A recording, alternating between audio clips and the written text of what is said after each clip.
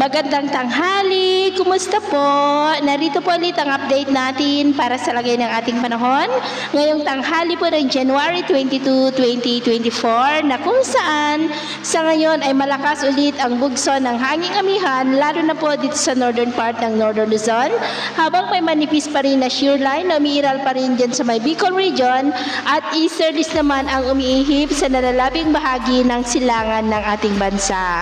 At posible na may LPA na mabubuo sa silangang bahagi ng Mindanao ngayong weekend at ang development nito ang ating babantayan kung matutuloy yan at lalakas na bagyo at ito nga ang pinapakita ng forecast model natin pong ginagamit hanggang sa susunod na 2 linggo. At sa lagay ng ating panahon ngayong tanghali ay maayos ang panahon sa malaking bahagi ng ating bansa pero may tsansa pa rin na maulap na kalangitan with isolated rains dito po sa may Cagayan, Quezon, Bicol region, Oriental Mindoro, Romblon, Aklan, Capiz, Leyte, Samar provinces, Surigao provinces at Davao Oriental na posibleng magtuloy-tuloy ang mga isolated rains sa mga nabanggit na lugar hanggang sa mga susunod na oras, maging po sa ilang bahagi ng Isabela at Sorsogon kaya mag-ingat po tayo sa posibleng banta ng mga pagbaha at pagguho ng lupa.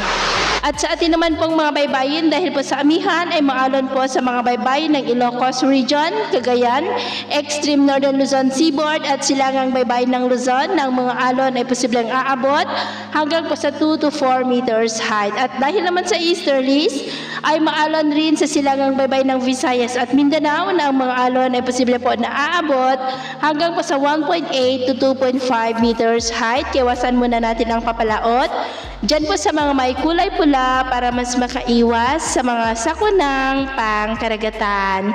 So, yun po na latest update natin sa araw na ito. At ako po muli si James na nagsasabing sa kahit anong pagsubok po na darating sa ating buhay, huwag na huwag po tayong mawawalan ng pag-asa. Thank you and God bless!